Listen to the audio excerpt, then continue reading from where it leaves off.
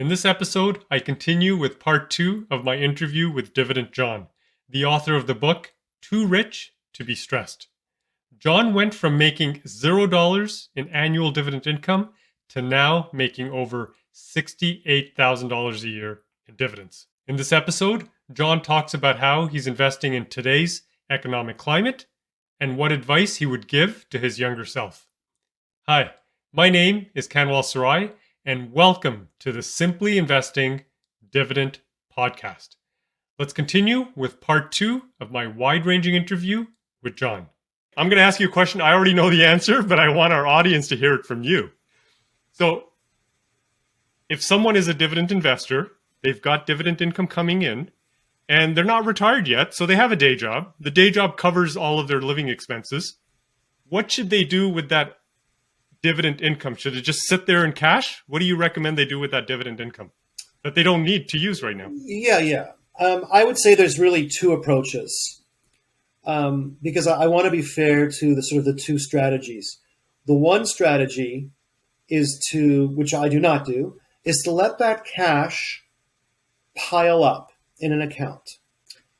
And when you perceive, or you have someone who's a financial advisor perceive that we are in, say, the third phase of a bear market, or things are pretty bleak, which some might say we are in now, right? You could sort of take X percentage of that cash or all of it and go heavy into some great dividend-paying stocks, spread it around, whether it's banking, telecom, energy, that type of thing, and then presumably you're getting hopefully a good deal on these companies. You may not have picked the bottom. We might have a leg up and you might feel great. Yay, I picked the bottom. And then boom, another flush, right? And then that'll be the real bottom. And you'll say to yourself, darn it, I could have got it cheaper. Got those companies cheaper. Yeah, but you still got them pretty low. Maybe you got the company at $58 and you could have got it a little bit later at 52, and then now it's 85, whatever. I have never been a good market timer, and I've just felt mentally much better, and I've just had great results with the drip. The drip, for most, I've spoken to people who have certain platforms that don't do it automatically. I think with Questrade, I think there's some issues. You have to maybe call in with certain companies. But I think the major banks, brokerage accounts, you can set the accounts to dividend reinvestment program. So what happens is CIBC pays a nice dividend.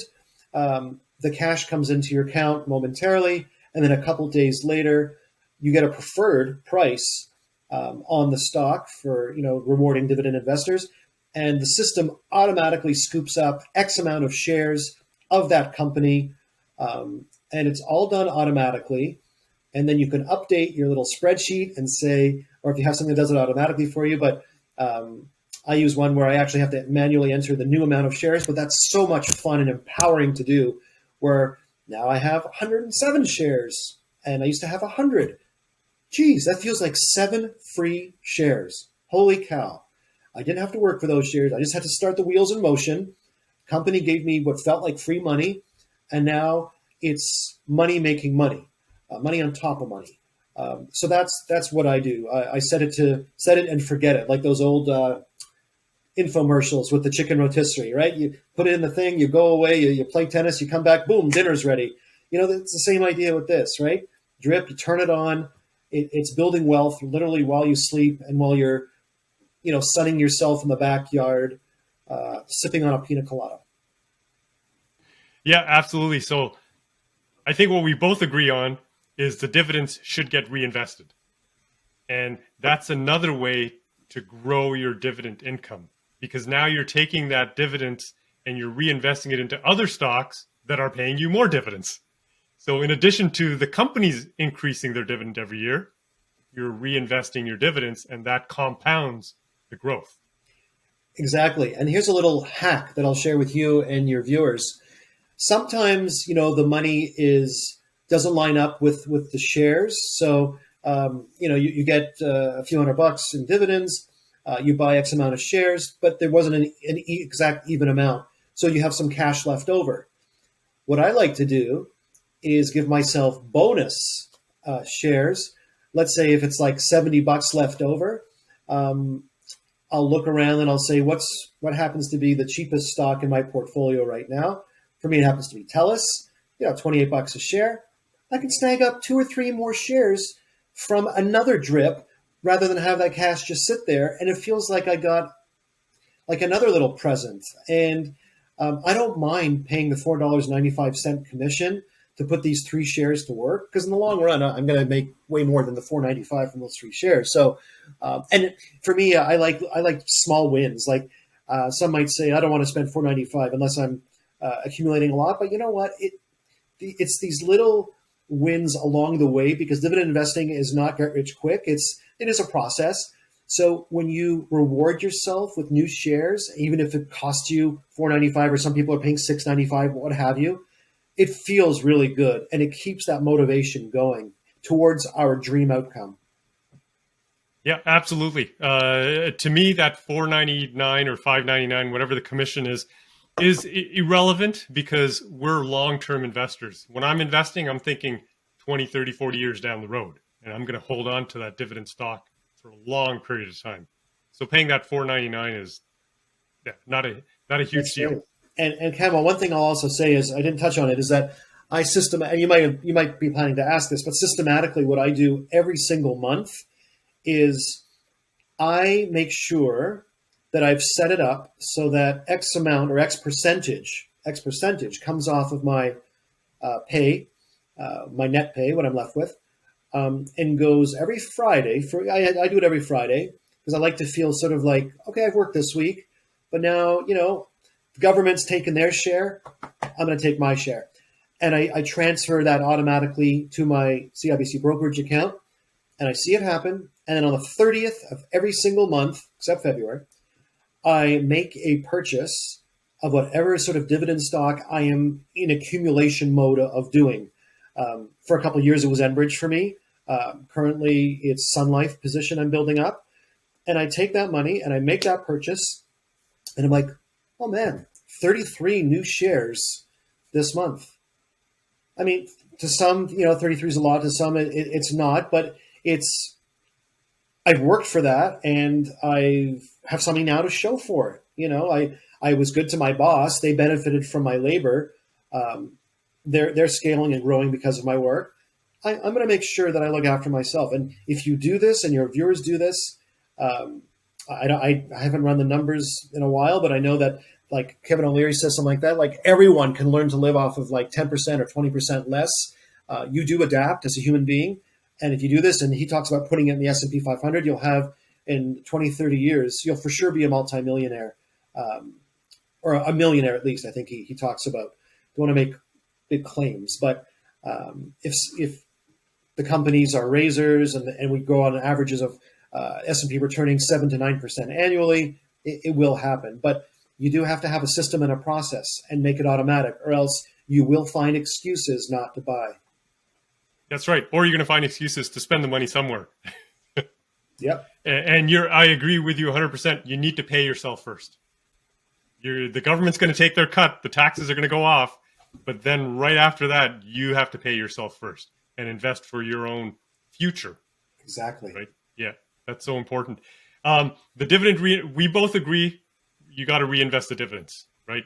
Unless, it's a different story if you're retired and you're depending on the income to live. That's fine. But if you've got a day job today, reinvest the dividends. Now, the drips, I think they're okay.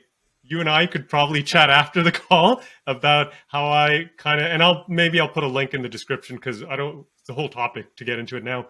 But I'll look at a dividend stock and see, is it undervalued today? Is it priced low, or is it priced high, right? So we look at the current yield compared to the 20-year average yield. And if the current yield is higher than the 20-year average, then the dividend stock is historically priced low. So I'm going to put the dividends there. But anyway, that's a different topic. Right now in the world, it seems like there's a lot of fear. People are worried. We saw all the interest rate increases last year in Canada and the US. Inflation is running about 6 to 7%. So people are worried about inflation. Everything is costing more. There's talk about unemployment going to be rising, maybe. We don't know. The future is kind of unknown. How are you investing today, given what's happening right now? Or you haven't changed your approach? Have you changed how you invest? No, I haven't. Short answer. I was told by my mentor years ago, there will be things that seem catastrophic. In his lifetime, there was, of course, being in the 70s, there were things that he went through that I didn't experience. But there were hard times, and there's been war. And Warren Buffett talks about this as well. He says, good companies will come out the other end okay. The mediocre to poor businesses could fail. And it's scary. I haven't done a deep dive into Silicon Valley Bank to know if it was a good business, average business, great business. There's other smarter, more well-versed people who could answer that. But I would think that, if you have a great business, which I think there are many great businesses around. You take a company like Coca-Cola. I don't have it, but Coca-Cola is so well diversified and has so many tentacles out and ways of deriving revenue that if something's not working for a short period of time, their snack or water division will work. If people are all of a sudden on this anti-sugar kick, that sugar is going to give you diabetes or cancer or what have you, they have other ways of being profitable. And then that sort of story dies down and they start monetizing there more than they were during that period. So all's to say, I just stick with the plan, and I don't let fear-mongering or world news change my approach. If my business, one of my businesses, is telling me that they're in trouble, then that's something I have to really take heed of and maybe make a decision of switching out of into a stronger business. Thus far, that really hasn't happened to me lately. And it happened to me a little bit with I was in the Brookfield Property REIT, and when COVID hit, it was pretty clear that they were going to have trouble maintaining the dividend because of retail space not being utilized, or the whole hybrid thing. So I made the choice to sell Brookfield, not at a loss. It was sort of a little bit above break even, and just moved up that capital into, I think, Bell and Telus equally. You make decisions, and you go with the flow, but you don't. I learned not to be trigger happy. When I was a trader, I was trigger happy, and investors are not. Should not. Yeah, and that's so important I like what you said about you have to ignore the news. There's so much noise out there, especially online, television, radio, internet. There's just so much out there.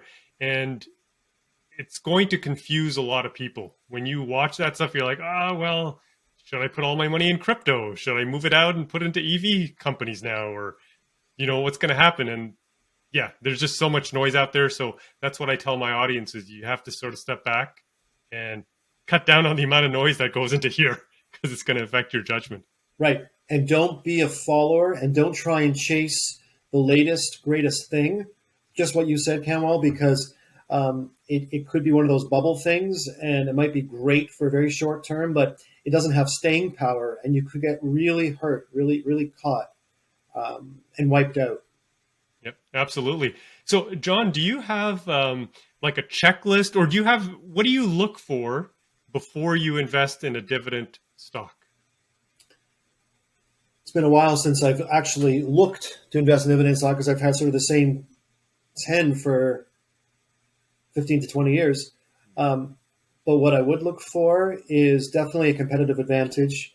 I'd look for 3.5% to 5% yield. I'd look for a payout ratio that was in no more than 65, 70% myself. I'd like to see the ability of being able to grow that. If something's close to 100, I get a little bit nervous. I look for companies that have a really strong history of having a trajectory of their revenue and earnings going up like this. Little blips are okay, but I do like to see that nice slanted upward line. I also need to see dividend raises that have been happening historically for mostly 50 plus years, with blips along the way, like you said, like in 2020 with the Canadian banks. OFC, I think it was, forbade them to do that. But then when they lifted the ban, not only did we get a dividend raise, but it was a retroactive dividend raise to the past. So you got like 20%, mostly from these banks who are making up for lost time. So that's what I look for. And I look for presentations that I can understand online in terms of their annual reports, where I can sort of get a sense that the future is rosy and that they have ways to blend with the future, whether that's fintech, whether that's, are they incorporating AI? Are they looking for new ways to grow and scale? People think, and I have a buddy who's a CEO of a tech company say to me, banks, they don't scale like Shopify. I'm like, so what is it when a Canadian bank buys up, smaller banks that are profitable in the States? Is that not scaling and growing customer and growing revenue? And he was like, yeah, I guess so. But we don't think of, sort of the boring Canadian companies scaling in the way that a Shopify would, but they scale. I think they do scale when TD penetrated the U.S., when BMO penetrated the U.S. acquiring Harris Bank, like that. That's scaling. So that's what I look for, as well. Yeah, growing absolutely. Revenue, growing customers. Yeah. And I was going to add to that, in addition to the scaling, they have so much pricing power. And again, almost virtual monopolies, the 5-6 big banks in Canada, virtual monopolies. We don't have thousands of banks like they do in the US. So we've got the 5 or 6, they cover the entire country.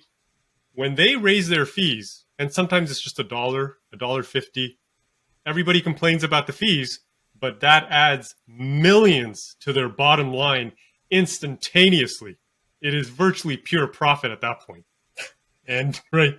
So as Canadians, we like to complain about the banking fees. We like to complain about the cell phone plans. We pay some of the highest in the world.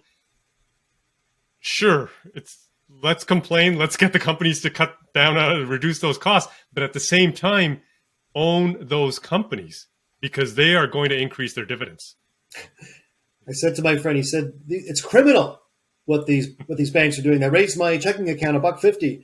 I said, so be in business with the criminals. Like, if you can't beat them, join them, profit from it. It's. Yeah. Absolutely. Okay. In regards to dividend investing, John, if you could go back in time, what would you tell your younger self, a 15-year-old John, how to invest for the rest of your life after that? I would have told myself, it's not about trying to get rich quickly. It's about getting really wealthy, somewhat slowly, but in a very assured, guaranteed kind of way that's stress-free.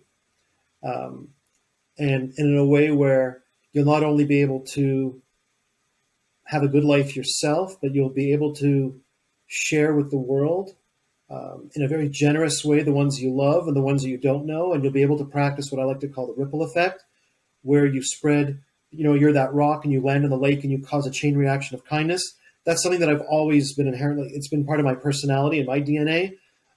Dividend investing will allow you to do that. It'll allow you to have the kind of wealth and income where you can indiscriminately be at a meal with your family and seeing a server being mistreated by another table and just take out $100 bill because you can afford to do that and just drop it in her hand for no reason other than you want to help another human being. That's what I would tell my younger self, is that it's not about hitting that, that home run, that rocket stock that will, for every one of those, there'll be 99 or more that fail. and leave you heartbroken and penniless.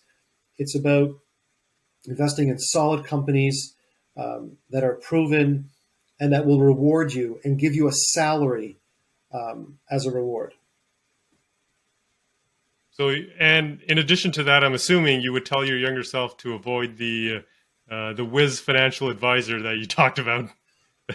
Well, I don't want to paint them all with the same brush. I would say, if you have a plan, and you can have I've met financial advisors and planners now where I've come to them and I've at a cocktail party say, look, I'm looking at National Bank versus this.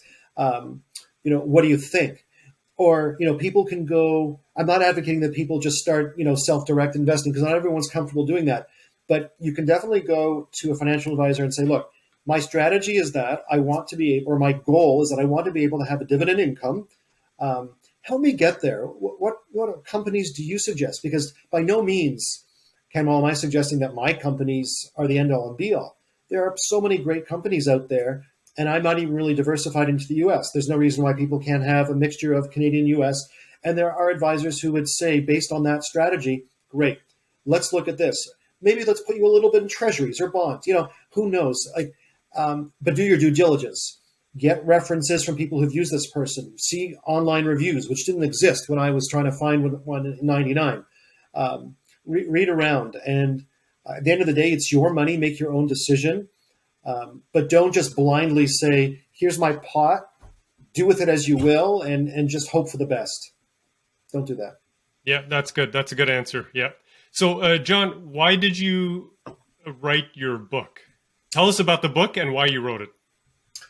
I wrote the book because, I started to have a Twitter presence, sharing sort of dividend journey advice. And a few people were DMing me with just a lot of more detailed questions.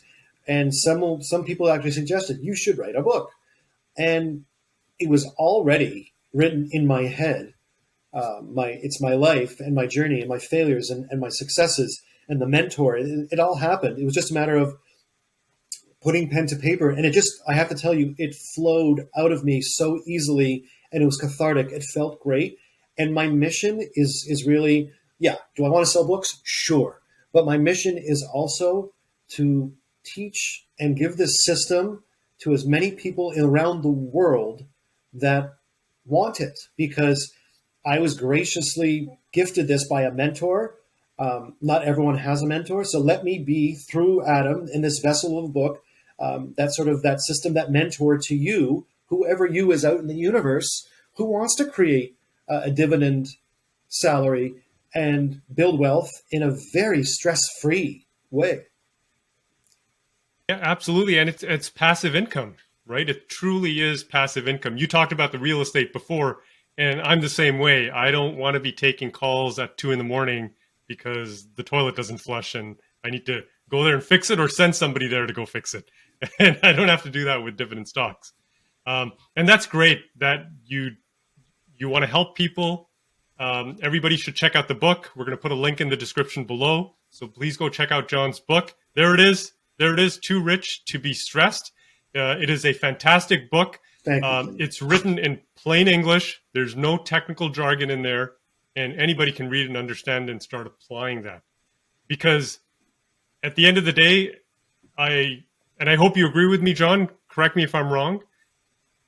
It's going to get you closer to financial independence.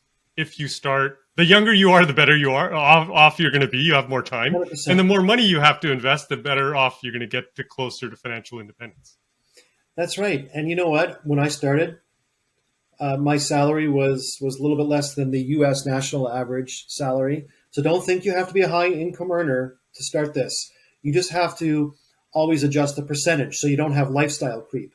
Meaning if you start out making $40K a year, whether it's 10% off the top that goes to dividend stocks, fine. When you make 45 grand, make sure that it's, the same or more percentage wise, but the amount that you'll be investing in yourself will increase. When you make 70 grand, don't say, don't do it by a monetary amount, do it by percentage wise, so that you'll always be adjusting as your income grows over the years and you change roles, or you get promotions within the company. Make sure that you don't, just splash out to try and impress friends, family. Sure. Treat yourself to a nice watch if that's your thing. Take, friends, whatever, for a nice dinner if that's your thing. Enjoy life, because life's for the living. But at the end of the day, like, make sure that you, commensurate with where your salary's going, you always adjust so that you're looking after your future self. Absolutely. And I like what you said in the book. This is a direct quote from your book. And you said, you don't have to be smart to do this or get lucky. And I truly believe that. And that's not calling anybody stupid. That's saying this. And actually, I got that from Warren Buffett. He's like, I am not a very smart man. I know a little bit of what I know, but I'm a great reader. But when you find something that works, this does not take a great intellect. This is not mechanical engineering. This is or quantum physics. This is using compound interest, what Einstein called the eighth wonder of the world. It's math that exists anyway. Let it work for you. Put it to work for you. You don't have to know how it works. Just understand, accept that it does. Einstein says it works. It's good enough. Believe Einstein. Absolutely, I agree. Yeah, you don't need a degree in finance or accounting. If you have that, fine, great. That is amazing, and it's probably you need it for your day job. But to do what we're talking about, you absolutely don't need a degree in fancy degrees or anything like that. 100%. Achieve this. So, John, where can people find you online? Where are you? Do you have we'll put a link about the book, but Thank you.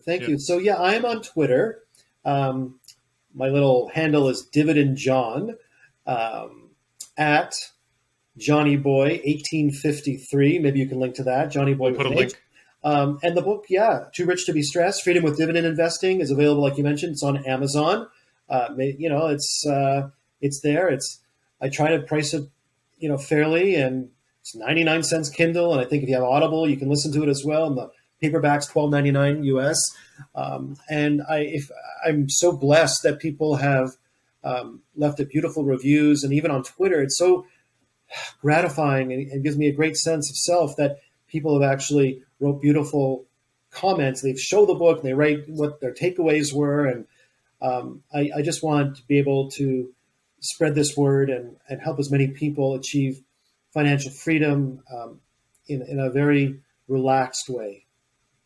And you're active on Twitter, so if people want to get in touch with you, they want to ask you a question, they can go on Twitter. We'll put the handle in the description below. DM me or ask it publicly. I have nothing to hide. Yep, that's amazing. Thank you so much, John, for being on our podcast today. I really appreciate it. You spent your time today. And for those of you who don't know, we're recording this on a Sunday morning. John has been so gracious with his time and sharing his skill and experience with all of us today. So thank you for being on the show, John. And you're most welcome, Kenwell. And thank you for graciously reaching out to me and inviting me to be on your show, and for what you do for the thousands of people who are seeking, a comfort, a future, a stability. We can't take it for granted. What you're doing, unifying people and giving people a future, it's a huge calling, and you must be commended for all your hard work and the great work that you're doing to help others. It's such an unselfish, kind approach to life, Kenwell, that you're doing. Thank you. Thank you for your kind words. Appreciate it, John. All right. Thank you. Take care. Thank you for being on the show. Bye-bye. Pleasure.